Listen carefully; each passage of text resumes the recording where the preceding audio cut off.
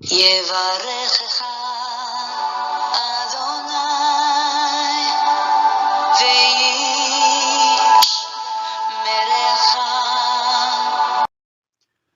예바레크카 아도나이 베이시메레카. 사랑하는 성도 여러분, 오늘 하루도 전지전능하신 임마누엘의 하나님께서 여러분에게 복을 주시고 여러분을 안전하게 지켜주시기를 축복합니다. 아멘. 할렐루야. 사랑하는 성도 여러분, 오늘도 창조의 하나님, 생명의 근원 되신 하나님께서 우리에게 호흡을 주셔서 오늘도 하루를 하나님 영광을 위하여 살게 해주셨습니다. 하나님이 주신 이 호흡으로 하나님을 찬양하고 예배하며 또 하나님 주신 이 힘으로 오늘 하루도 하나님 말씀을 깊이 공부하고 연구하여 하나님 아는 지식에 더욱더 자라가고 또 이 지식을 통하여 예수 그리스도를 깊이 더 많이 닮아가는 은혜의 시간이 되기를 바랍니다. 오늘 1.1.8.9 성경 장별 강의 13번째 창세기 13장의 말씀을 함께 공부하도록 하겠습니다. 제목의 말씀은 아브라함과 조카 롯의 결별입니다. 어제 창세기 12장에서 하나님께서 아브라함을 부르시고 그리고 이렇게 지내다가 가나안 땅에서 기근을 만나서 애굽으로 내려갔죠. 애굽으로 이주를 했다가 이 애굽 왕 바로에게 아내를 빼앗기는 그런 슬픈 일을 당하였는데 하나님께서 개입하시고 간섭하셔서 하나님의 도우심으로 우여곡절 끝에 다시 가나안 땅으로 돌아오게 되었다라고 그렇게 어저께 하나님 말씀을 묵상했습니다. 오늘은 이 아브라함과 이 조카 롯이 어떻게 결별하게 되는가 우리가 이 말씀을 상고하면서 이 말씀을 통해서 하나님께서 우리에게 주시는 교훈을 얻도록 하겠습니다. 자, 아브라함의 아버지가 데라였고요. 우리 아브라함과 조카 롯의 관계를 잠시 복습할게요. 데라에게 아들이 이렇게 세 명이 나왔었죠. 아브라함이 있었고 나홀이 있었고 하란, 그죠? 아브라함, 나홀, 하란이 있었는데 하란은 갈대아 우르에서 죽고 하란의 아들이 롯이었다 그랬습니다. 그죠? 하란의 아들이 롯이었다. 그래서 이 롯과 아브라함은 롯은 아브라함에게 조카가 되죠. 형제의 아들이니까요. 그렇죠? 그래서 이 갈대아 우르에서 떠났다가 하란에 머물렀었는데 하나님께서 하란에서 다시 처음에 갈대아 우르에서 그죠? 떠나서 쭉 가나안 땅을 오다가 하란에서 머물렀는데 하란에서 아버지 데라가 죽고 하나님께서 본토 친척 아비의 집을 떠나라는 하나님의 명령이 떨어지자 조카 롯을 데리고 아내 사라와 함께 이렇게 가나안으로 내려왔었다고 창세기 12장에서 말씀을 상고했습니다. 자, 이렇게 꽤나 오랫동안 동행하던 조카 롯과의 결별을 하는 사건이 오늘 창세기 13장을 중심에서 나타납니다. 오늘 창세기 13장의 주제 구절은 9절입니다. 네 앞에 온 땅이 있지 아니하냐 나를 떠나가라. 내가 좌하면 나는 우하고 네가 우하면 나는 좌하리라. 자, 이제 서로 결별하기 전에 먼저 선택적 우선권을 조카 롯에게 주는 아주 성숙한 인격의 모습을 보이고 있는 아브라함입니다. 오늘 창세기 13장에서 우리가 살펴보게 될 소주제들은 아래와 같습니다. 첫 번째, 아브라함의 귀향, 어디로부터 귀향하는 거죠? 애굽에서부터 다시 가나안으로의 귀한, 가나안 땅으로 귀향하는 아브라함에 대한 얘기가 나오고요. 그 다음에 이제 조카 롯과 결별을 하는 일이 일어나는데 그 원인이 뭐고 어떤 과정을 통해서 결별하게 되는지 살펴보겠습니다. 그리고 세 번째는 아브라함을 향한 하나님의 언약, 다시 이제 조카 롯과 결별하고 홀로 남은 아브라함에게 하나님께서 다시 나타나셔서 다시 한번 언약하시는 장면이 나타납니다. 자, 이 세 가지 소주제를 오늘 다뤄보도록 하겠습니다. 본론적으로 첫 번째 소주제 아브라함의 귀향. 자, 갈대아 우르에서 떠나서 하란에 이르렀다가 다시 본토 친척 아비집을 떠나라 말씀을 따라 가나안에 이르렀다가 기근을 만나서 애굽에 내려갔다가 참 어려운 일을 당하고 우여곡절 끝에 다시 이 가나안 땅, 이 베델로 오는 장면이 오늘 창세기 13장 1절에서 4절까지 나타납니다. 자, 하나씩 살펴보도록 하겠습니다. 아브라함의 귀향 첫 번째로 축복받은 아브라함. 창세기 13장 1절에 보면 이런 성경 말씀이 나옵니다. 아브라함이 애굽에서 그와 그의 아내와 모든 소유와 롯과 함께 네겝으로 올라가니, 이 네겝은 그 가나안 땅 바로 접경, 가나안 땅으로 들어가기 바로 전에 있는 그 부분입니다. 자, 아브라함에게 가축과 은과 금이 풍부하였더라. 자, 지금 애굽에서 가나안 땅으로 들어가는 이 아브라함이 얼마나 이렇게 소유가 많았는지, 축복을 받았는지에 대해서 성경은 기록하고 있습니다. 가축과 은과 금이 풍부하였다라고 말씀합니다. 자, 우리가 이미 공부한 바와 같이 창세기 12장에서 그가 나올 때에 이미 그에게 가축도 있고 어느 정도 재산이 있었다고 얘기를 했습니다. 그런데 오늘 13장에서 저기 애굽에 들렀다가 다시 나올 때 보니까 가축과 은과 금이 풍부해졌습니다. 더 많아졌습니다. 자, 무슨 일이 있었죠? 우리가 아는 바와 같이 창세기 12장 15절 16절에서 우리가 공부했었습니다. 이런 일이 있었죠. 애굽의 바로가 아브라함의 아내 사라를 취하였을 때 하나님께서 나타나셔서 그를 경고하시고 돌려보내라고 말씀하실 때에 많은 가축과 또 노비와 그렇죠? 여러 가지 재물들을 주고 보냈다고 돼 있죠. 자, 그게 창세기 12장 15절 16절입니다. 바로의 고관들도 그를 보고 바로 앞에서 칭찬함으로 그 여인을 바로의 궁으로 이끌어들인지라. 이에 바로가 그로 말미암아 아브라함을 후대함으로, 아내 누이라고 속였기 때문에 그 누이를 자기가 취하는 대가로 아브라함에게 후대했었다. 그죠? 아브라함이 양과 소와 노비와 암수 나귀와 낙타를 얻었더라. 자, 이렇게 아내를 빼앗기면서 이것을 얻었는데 나중에 아내를 다시 돌려받았으니까 이 양, 소, 노비, 암수 나귀, 낙타는 고스란히 아브라함의 것인 거죠. 다시 돌려달라고 하지 않았죠. 그래서 오히려 이 아브라함의 불신앙, 아브라함의 실수, 아브라함의 미성숙, 이러한 아브라함의 모습이 이렇게 애굽으로 내려가서 아내를 빼앗기는 일을 자초하게 됐고, 그렇죠?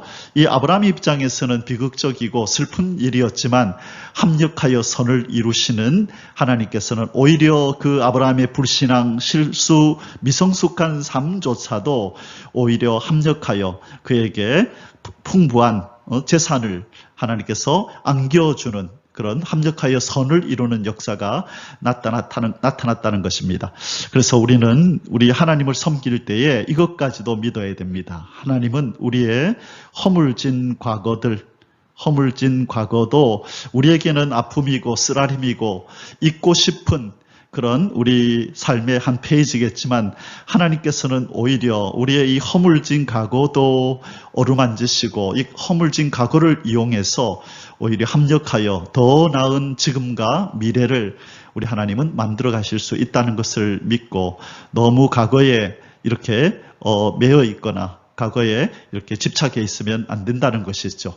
합력하여 선을 이루신 하나님 나의 허물진 과거도 바꾸어 주실 줄 믿습니다. 그렇게 이 아브라함에게 그렇게 하셨던 것처럼 나중에 아브라함의 이 손자 야곱이 그 삼촌 집에 있다가 돌아올 때에 인사도 하지 않고 돌아오지요. 허물진 과거를 남겼습니다. 그런데 하나님께서는 그 야곱의 그 미성숙함이 그에게 화가 되지 않도록 삼촌 라반에게 나타나서 그에게 경고하시고 야곱을 건드리지 말라라고 하면서 이 야곱을 보호하시는 장면을 우리는 압니다. 자, 하나님은 이처럼 허물진 과거도 합력하여 선을 이루신다라는 것을 기억하면서 우리 과거에 매이지 않는 그런 삶이 되시기를 주님의 이름으로 축복합니다. 자, 두 번째로 애굽에서 떠나 베델에 도착한 아브라함. 자, 애굽에서 어려운 일을 당하고 이제 다시 올라옵니다. 그래서 어디까지 왔다고요? 베델. 자, 베델은 뜻이 무엇일까요? 벳엘. 이것은 하나님의 집이라는 뜻입니다. 하나님의 집. 베델은 하나님의 집입니다. 자, 그런데 이 베델이 어디였냐면 이 아브라함이 하란을 떠나서 하란에서 이렇게 가나안 땅으로 내려올 때 이 베델에 이르렀었죠. 여기에서 하나님이 나타나셔서 이 땅을 네 자손에게 주리라라고 말씀하셨고 그곳에서 아브라함은 단을 쌓았었죠. 그래서 이 베델은 이 아브라함에게 아주 의미 있는 곳이었습니다. 하나님이 나타나심, 그 다음에요 하나님께 제단을 쌓은 곳이죠. 그렇죠? 그리고 하나님이 나타나시고 하나님께 제단을 쌓았던 그곳. 그래서 그가 애굽에서 혹독한 어려움을 당하고 다시 가나안으로 왔을 때 어디가 떠올랐을까요? 하나님이 나에게 나타나셨던 곳. 내가 하나님 앞에 제단을 쌓고 하나님이 나에게 약속을 주셨던 곳. 하나님과의 추억이 있는 하나님과의 이 영적 만남이 있었던 그곳을 아브라함은 찾았다는 것입니다. 여러분, 이것이 우리의 영적인 원리입니다. 신앙생활의 원리입니다. 우리가 영적으로 힘이 들고 육적으로도 힘이 들고 어려울 때 무엇을 떠올려야 되냐면 하나님과의 만남, 하나님이 나를 만나주시고 나에게 격려해 주시고 나를 위로해 주셨던 그 순간, 그 장소들을 찾는 거죠. 그래서 가끔 우리가 이런 어려움이 있거나 이럴 때 기도원을 찾는 것이 바로 그러한 마음에서부터 우리 마음에서 그런 마음이 일어나는 것입니다. 우리 하나님 만나고 싶다. 하나님의 위로를 내가 경험하고 싶다는 것 때문에 그 발로로 그런 그 마음의 일환으로 우리는 조용한 하나님과 내가 만날 수 있는 곳을 찾아가는 거죠. 아마 아브라함도 이렇게 애굽에서 어려운 일을 당하고 가나안으로 오면서 이 베델 하나님의 집, 하나님이 자기를 만나주시고 자기가 제단을 쌓았던 곳을 찾은 것이 아닌가 생각합니다. 창세기 13장 3절에 그가 네게부에서부터, 자, 네게부가 어디냐면요, 요 이집트를 나와서 요 가나안 땅으로 들어가기 전에 이쪽 지역을 네게부 지역이라고 합니다. 여기가 이 지역쯤이 네게부 지역입니다. 네게부에서부터 길을 떠나 베델에 이르며 베델과 아이 사이 곧 전에 장막 쳤던 곳에 이르니, 자, 전에 장막 쳤던 내용이 어디 나오냐면 창세기 12장 7절에서 8절에 보면 하나님 앞에 장막을 쳤고 거기서 하나님이 나타나시고 거기서 제단을 쌓았던 내용이 나타납니다. 하나님 나타났던 베델로 하나님의 집으로 올라가는 아브라함의 모습입니다. 아브라함의 귀향 세 번째로 베델에서 제단을 쌓고 여호와의 이름을 부름. 창세기 13장 4절에 보니 그가 처음으로 제단을 쌓은 곳이라. 어디가요? 바로 이 베델이.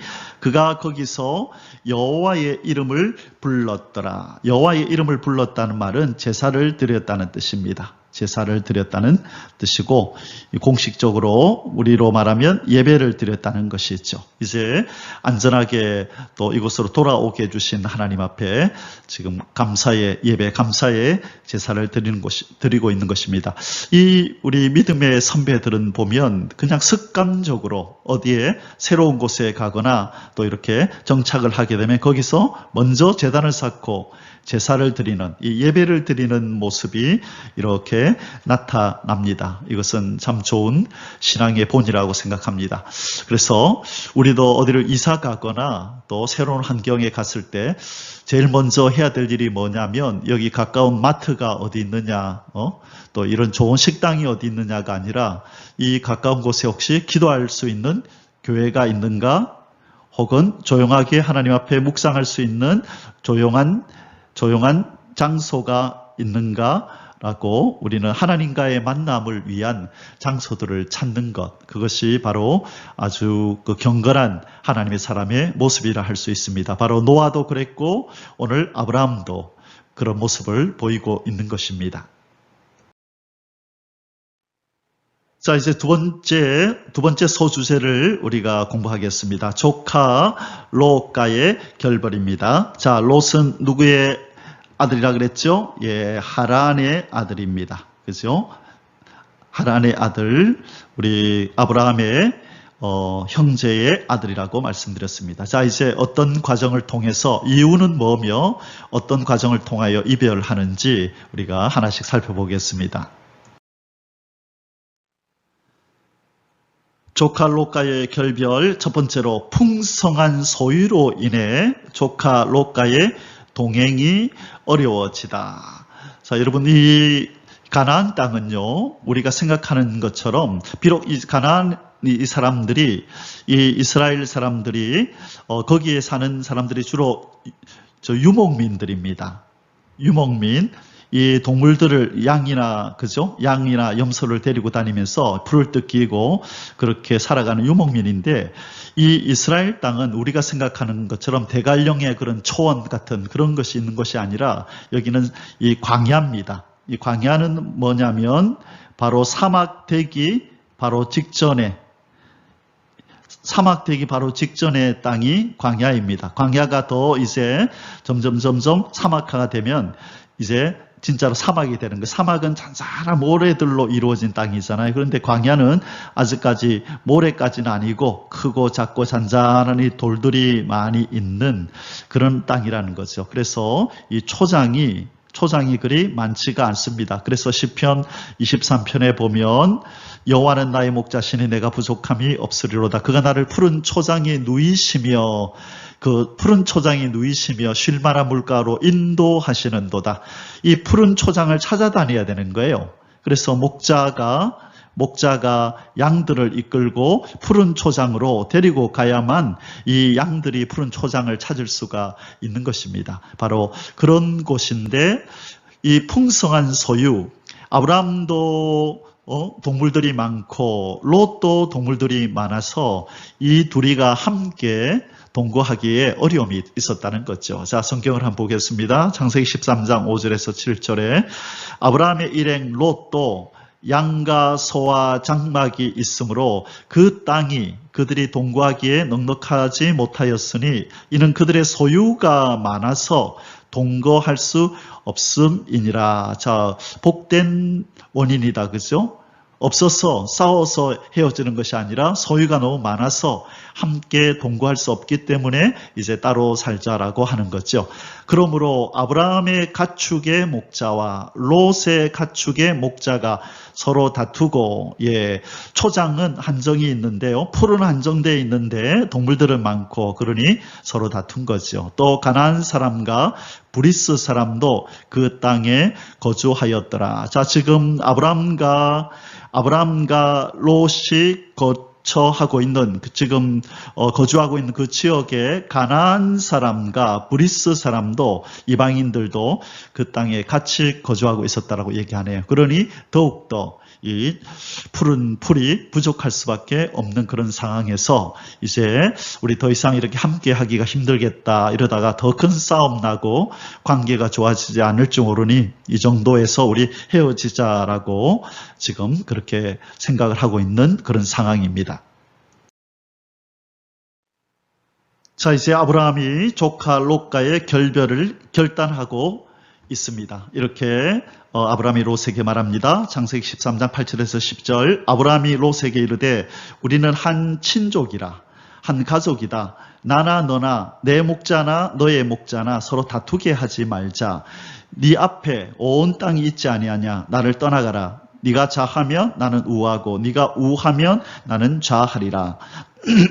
13장 10절 이에 롯이 눈을 들어 요단 지역을 바라본즉 소알까지 온 땅에 물이 넉넉하니 여호와께서 소돔과 고모라를 멸하시기 전이었으므로 여호와의 동산 같고 애굽 땅과 같았더라. 아멘. 자, 우리 요 8절부터 한번 잠시 조금 묵상해 볼까요? 자, 아브라함이 롯에게 우리는 한 친족이라 나는 너나 내 목자나 너의 목자나 서로 다투게 하지 말자. 이것이 성숙한 하나님의 사람의 모습입니다. 로마서 12장 18절에 보면 이런 말씀이 있죠. 할 수 있거든 너희로서는 모든 사람으로 더불어 화목하라. 할 수 있거든 모든 사람과 화목하래요. 자, 그래서 모든 사람과 적대감을 만들지 않고 적개심을 가지지 않고 모든 사람과 화목하고 화평하고 평화하는 사람이 진정한 하나님의 사람이죠. 성숙한 하나님의 사람이죠. 그래서 우리와 적대 관계에 있는 사람이 얼마나 적으냐에 따라서 그것이 바로 하나님의 백성의 성숙도를 나타낸다. 그렇게 우리는 말할 수 있겠습니다. 그래서 원수지간에 있는 사람, 서로 좋지 않은 사이에 있는 사람들이 많으면 많을수록 그것은 아직 신앙적으로 미성숙하다. 그렇게 말할 수 있는 것입니다. 바로 이 아브라함은 이 조카 롯과 헤어지면서 이 화목을, 평화를 먼저 생각하는 것입니다. 그것이 어디에 나오죠?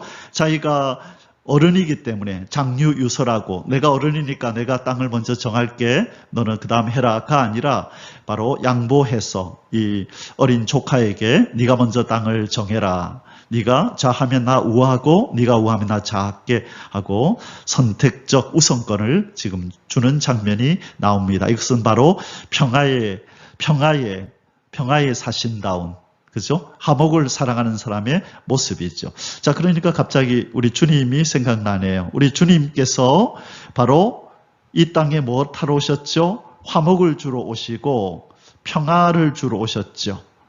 누구와의 평화인가요? 우리 하나님과 죄인들 사이에, 그렇죠. 하나님과 죄인들 사이에 이 적개심이 있죠. 그런데 바로 예수 그리스도께서 이 땅에 평화의 왕으로 오셔서 자기의 몸으로 십자가에서 피 흘려 죽으시고 또 하나님이 원하시는 의를 율법을 다 지킴으로 의를 획득하여 인간에게 주고 그 죄는 십자가에서 피 흘려 죽어서 죄를 사함으로 죄는 없어지고 의가 있는 하나님의 사람을 만들므로 하나님과 인간이 화목하게 되는 그런 역사를 우리 예수님이 해주셨죠. 그래서 예수님이야말로 진정한 피스메이커, 평화를 만드시는 분입니다.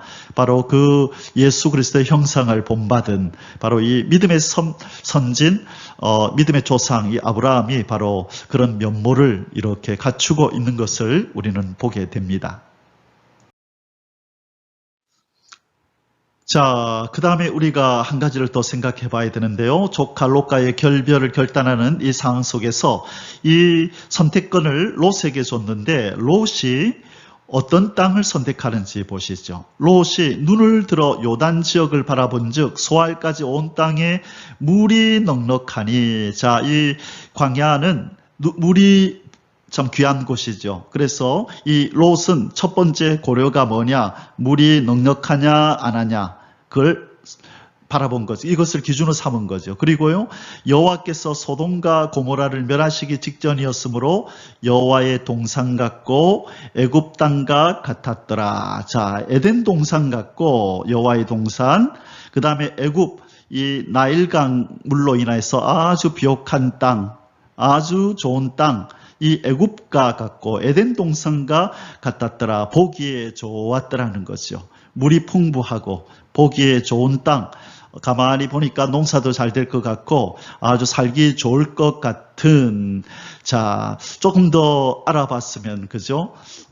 조금 있다가 제가 다시 내일쯤 말씀드릴게요 하고, 자, 이 소돔과 고모라는 어떤 곳인지도 이렇게 살펴보았더라면 아마 선택이 달라질 수도 있었을 텐데, 롯의 판단 기준, 롯의 선택 기준은 영적인 그런 부분이 아니라 눈에 보기 좋은 것, 그냥 육적으로 살기 편한 곳을 선택한 바로 이 결과로 말미암아 그 나중에 최후가 우리는 어떻게 되는지 알지요. 소돔과 고모라에서 그런 어려운 삶을 살다가 그 유황불못에 의해서 심판당할 때 아내는 소금 기둥이 되고, 또 도망쳐 나온 그와 또 딸들과의 관계에서 비극적인 일들이 일어났던 것을 우리는 보게 됩니다. 바로 이 롯이 이 선택 하나 잘못하는 것 때문에 순간의 선택이 그의 장래를 그렇게 바꾸어 놓았던 것입니다. 그래서 우리는 뭔가를 선택할 때에 육적인 기준이 아니고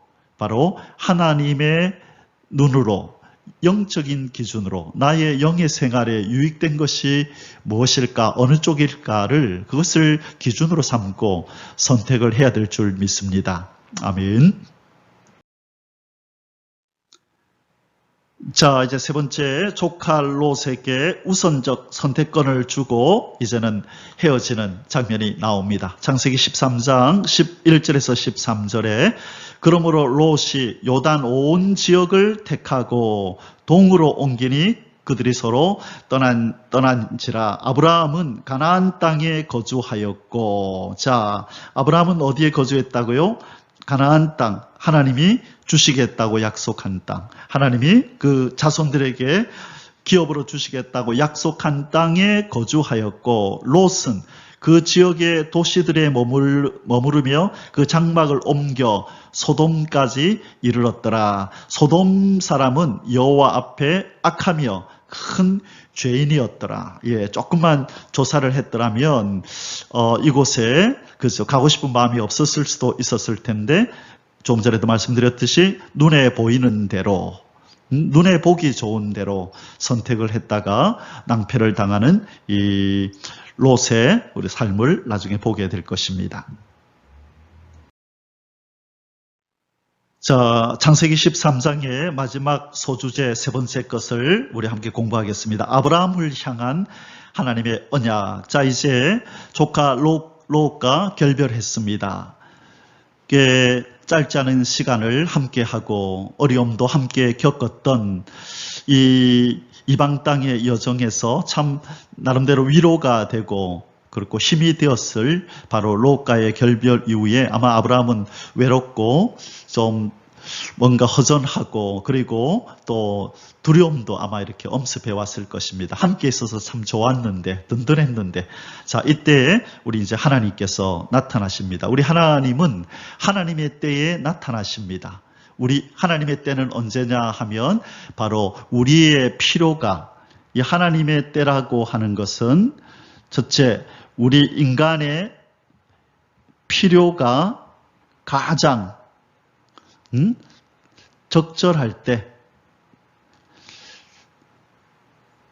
그 다음에 두 번째가 하나님의 영광이 최고조로 나타날 때, 자, 이때가 바로 하나님의 때입니다. 근데 우리는 인간의 필요가 가장 절실할 때, 절실할 때, 하나님 지금 내가 도움이 필요합니다. 빨리 좀 도와주세요. 그때가 우리는 하나님이 나를 도울 때라고 생각하는데, 하나님은 하나를 더 고려한다는 거예요. 그게 뭐죠? 하나님의 영광이 최고조로 나타날 때 하나님은 일하신다는 것이죠. 그래서 우리가 기도를 하면서 하나님 다급해서 하나님 빨리 도와달라고 해도 어쩔 때는 지체하고 연기되고 하나님이 응답하지 않으시는 것 같은 모습이 어떤 그럴 때가 있는데, 그때 이것을 기억해야 한다는 거죠. 하나님이 일하시는 때는 우리 인간이 가장 필요가 절실할 때뿐만 아니라 하나님의 영광이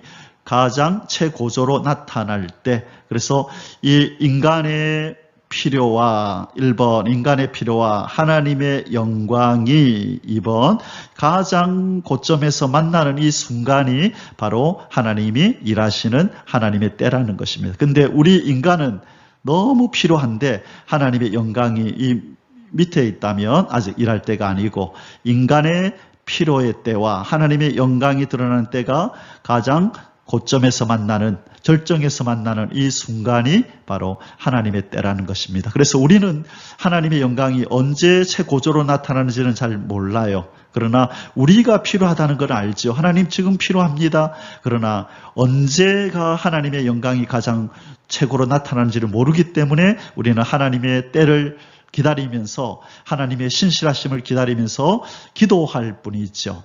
그러면서 하나님의 때에 이루어 주실 거라고 믿고 나아가는 것입니다.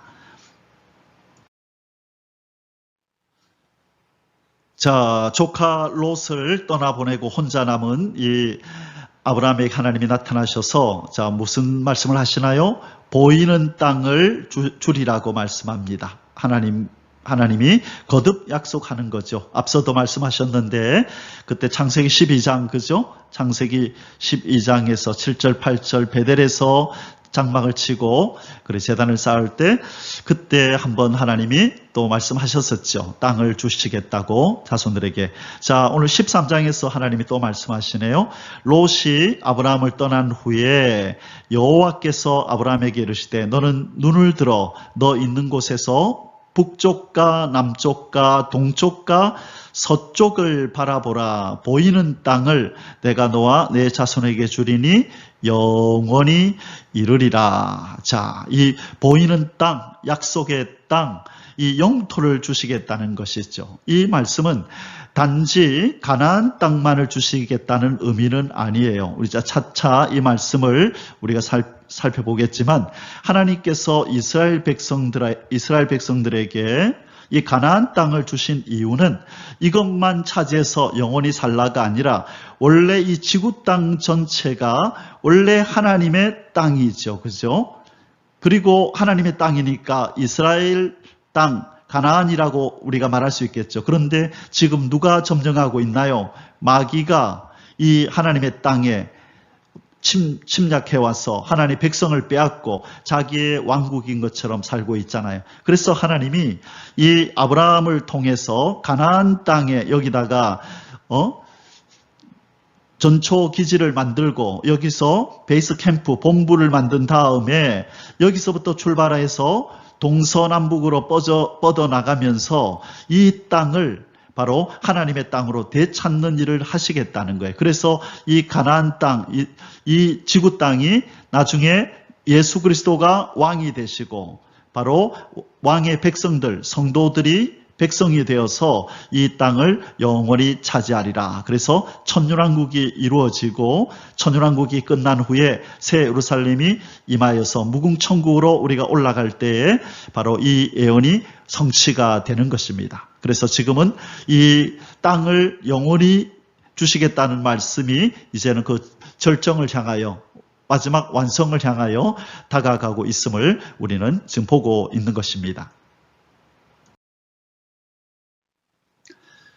자, 조금 전에 하나님께서 아브라함에게 뭘 주시겠다고 그랬죠? 땅을 주시겠다. 이 가나안 땅 동서남북으로 주겠다고 말씀하셨는데 이번에는 후손들을 땅의 티끌같이 자손이 많아지리라 약속합니다. 땅을 약속하시고 이번에는 자손이 많아질 것을 또한 약속합니다. 13장 16절 17절에 내가 네 자손이 땅의 티끌 같게 하리니 사람이 땅의 티끌을 능히 셀 수 있을진데 내 자손도 세리라. 자, 티끌 같게 하겠다. 하늘의 별과 같게 하겠다. 그런 말씀이죠. 너는 일어나 그 땅을 종과 행으로 두루 다녀보라. 내가 그것을 내게 주리라. 종행, 그죠? 종으로, 그리고 행으로.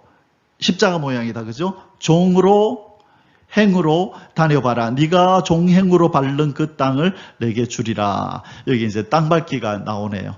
자, 그래서 하나님께서 첫 번째는 뭘 주시겠다고 하셨죠? 1번에서 영토를 주겠다, 땅을 주겠다라고 말씀하시고 두 번째 자손을 주시겠다. 그 말씀이죠. 자, 이 땅과 자손, 이 자손은 이스라엘 자손, 아브라함의 후손, 결국 하나님의 백성들이죠. 자손이라고 하는 것은 하나님의 백성들을 의미하는데 요한복음 1장 11절에 보면 예수께서 자기 땅에 오매 자기 백성이 영접지 아니했다, 이런 말씀이 나옵니다. 그래서 12절에 가면 영접하는 자 곧 그 이름을 믿는 자들에게는 하나님의 자녀가 되는 권세를 준다 그랬죠. 이 11절에서 자기 땅에 오매 자기 백성이, 자, 예수님이 2000년 전에 오셨을 때 자기 땅인데 마귀가 세력을 구축하고 있고 자기 백성인데 마귀가 인생들을 빼앗아서 마귀의 백성 삼아 놨을 때 바로 예수 그리스도가 이 땅에 오신 이유가 뭐냐면 자기 땅을 찾고 자기 백성을 되찾아서 자기의 나라를 세우겠다는 거죠. 그것을 누구한테 이미 하나님이 예언하셨다고요? 바로 예수 그리스도의 조상 아브라함 때부터 벌써 이 말씀을 하고 계신 겁니다. 내가 너에게, 너희 후손에게 땅을 줄 거다, 자손을 줄 것이다, 백성을 준다는 거죠. 그래서 아브라함의 후손으로 예수님이 오셨을 때 땅도 되찾고 백성도 되찾아서 에덴 동산에서 하나님께서 처음 천지를 창조할 때 하나님의 땅이었던, 하나님의 백성이었던 자들을 다시 되찾는 일을 완성하겠다고 말씀하는 것이 바로 지금 아브라함에게 언약하는 이 장면입니다. 자, 이제 하나님의 언약 세 번째로 헤브론에 정착하는 아브라함, 롯과의 결별이 있고, 그리고 하나님이 나타나셔서 땅을 주리라, 그리고 자손을 주리라, 그렇게 언약하심을, 그 언약을 가지고 이제 그 베델에서 어디로 가나요? 이 헤브론으로 가네요. 헤브론.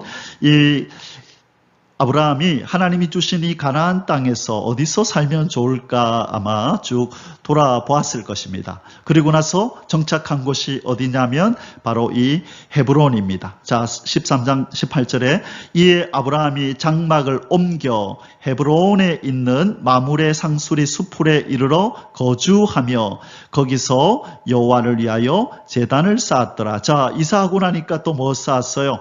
제단을 쌓았더라. 동일하게 일관성 있게 하나님 앞에 제단을 쌓는 모습을 보이죠. 자, 여기서 이제 헤브론에서 쭉 지내면서 나중에 이 헤브론에서 이 사라가 죽어서 여기서 이제 묻히게 됩니다.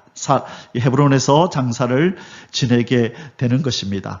자, 이 헤브론은 이 예루살렘, 바로 옆에가 예루살렘이 있는데요. 이 예루살렘에서부터 한 남쪽으로, 그러니까 예루살렘이 이 헤브론보다는 위에 있어요. 그래서 남쪽으로 한 37km 정도 이렇게 떨어져 있는 이곳입니다. 자, 여기에서 이 아브라함은 정착을 하고 이곳에서 사라가 나중에 나이 많아서 죽어 여기에 묻히게 되는 그런 장소입니다. 자, 창세기 13장의 결론을 맺겠습니다. 창세기 13장은 누구와의 결별이 있었죠? 조카 롯과의 결별이 있었습니다. 자, 갈대아 우르에서부터 그죠? 쭉 동행해가지고 쭉 왔다가 하란까지 와서 같이 또 오래 살다가 또 그죠? 가나안에 갔다가 애굽에 갔다가 다시 가나안까지 올 때까지 오랜 세월을 함께 했던, 사랑하고 의지하던 이 사람으로부터의 이제 사랑과의 독립이 일어났습니다. 그죠? 그래서 우리가 여기서 알 수 있는 영적인 원리가 뭐냐면 하나님께서 우리가 예수님을 처음 믿을 때에 우리가 사랑하고 사랑받고 의지하고 또 의지가 되어주는 어떤 사람을 버팀목으로 이렇게 붙여줍니다. 그것을 셀 그룹의 또 리더가 될 수도 있고, 그죠? 어떤 성숙한 신앙인이 나를 돌봐주고 챙겨줍니다. 그런데 어느 순간에 가면 하나님께서 그 사람으로부터 영적인 독립을 하라고 말씀합니다.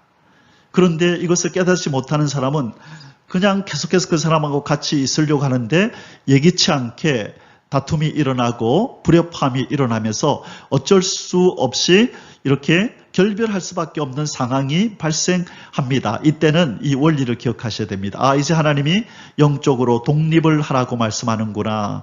함께 있는 것은 여기까지구나. 그렇다고 완전히 단절하고 만남을 가지지 말라는 의미가 아니라 영적으로 너무 의지하지 말라는 거죠.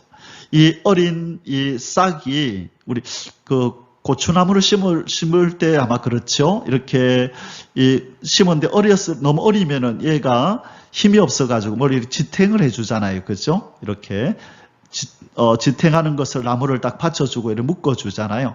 그래서 나중에 이렇게 열매가 맺히고 나면 나중에 튼튼해지고 나면 이거를 이제 빼주는 거죠. 비슷한 경우입니다. 영적으로 우리가 어느 정도 자랄 때까지는 영적으로 성숙할 때까지는 누군가가 우리를 옆에서 이렇게 붙들어주는 일을 합니다. 그러나 어느 정도 이제 혼자 설 수 있다고 하나님이 판단하실 때는 이제 나와 독대하자, 나와 1대1로 만나자, 이제 너는 독립하는 걸 배워야 된다는 의미로 헤어지는 영적인 이별, 영적인 결별을 하나님께서 그렇게 하라고 할 때가 있다는 것이죠. 바로 지금 아브라함과 롯의 관계 속에서도 아마 그런 의미가 있지 않을까 싶어요. 은근히 의지하고 힘으로 여겼던 이 롯과의 이별을 통하여 더더욱이 이제는 하나님만 의지할 수밖에 없는 그런 사람으로 하나님이 더 한층 성숙시키는 모습이 있는 것입니다. 자, 함께하던 이로부터의 영적인 독립의 시기는 서로 다툼이 일어나고 분쟁이 일어나고 왠지 자꾸 불편함이 느껴질 때에 그때는 영적으로 이제는 독립을 해야 될 때가 된 것입니다. 자, 앞부분에서 읽었던 창세기 13장 7절에서 8절에서 그랬죠. 아브라함의 가축의 목자, 롯의 가축의 목자가 서로 다투고 그랬었죠. 이유는 그 땅이 좁아서, 동물들은 많은데 땅이 좁아서 타당한 이유지요. 그렇죠? 분명한 이유가 있지만 그러나 거기에는 영적인 이유가 있다는 것 또한 우리는 잊지 말아야 한다는 것입니다. 자, 그리고 마지막으로 이 창세기 13장을 통해서 하나님 주시는 교훈이 무엇입니까? 바로 이 롯의 잘못된 판단, 그죠? 이 롯의 이 잘못된 판단을 통해서 우리에게 하나님이 주시고자 하는 교훈이 있습니다. 매사에 영적인 눈으로 보고 판단하라. 육적인 눈이 아니라 보기에 좋고 먹기 좋고 탐스러운 것이 아니라 영적인 눈으로 이것이 나의 영의 생활에 유익이 되나 불이익이 되나 이것이 혹시 화근이 되는 것은 아닌가 아주 주의 깊게 살펴야 된다는 것이죠. 자, 롯이 어떻게 했나요? 13장 10절에 롯이 눈을 들어 요단 지역을 바라본 즉 소알까지 온 땅에 물이 넉넉하니 자, 살기 좋겠구나. 여호와께서 소돔과 고모라를 멸하시기 전이었으므로 여호와의 동산 같고 보기 좋구나. 애굽 땅과 같았더라. 살기도 좋겠네. 농사도 잘 되겠네. 자, 그러나 이 가운데 사는 자들의 삶이 어떠한지, 사회적 분위기는 어떤지, 여기에서 자녀들을 키우기는 좋은지, 교육 환경은 어떤지 이런 것들을 전혀 고려하지 않았다는 거죠. 그래서 창세기 13장에서 하나님이 우리에게 주시는 교훈은 아브라함 입장에서는 때로는 사랑한 이로부터 결별해야 된다, 영적으로 독립해야 된다는 교훈을 주시고 이 롯을 통해서는 판단할 때 매사의 영적인 눈으로 판단하라라고 하는 이 교훈을 주시는 것입니다. 사랑하는 성도 여러분, 이 교훈을 우리가 마음에 잘 새겨서 오늘 하루도 살아갈 때에 매사를 영적인 눈으로 바라보고 더 한층 하나님과 이 독대하며 영적인 성숙을 보이는 그런 진보가 있는 하루가 되시기를 주님의 이름으로 축복합니다. 내일 창세기 14장 말씀으로 우리 다시 또 찾아뵙겠습니다. יברכך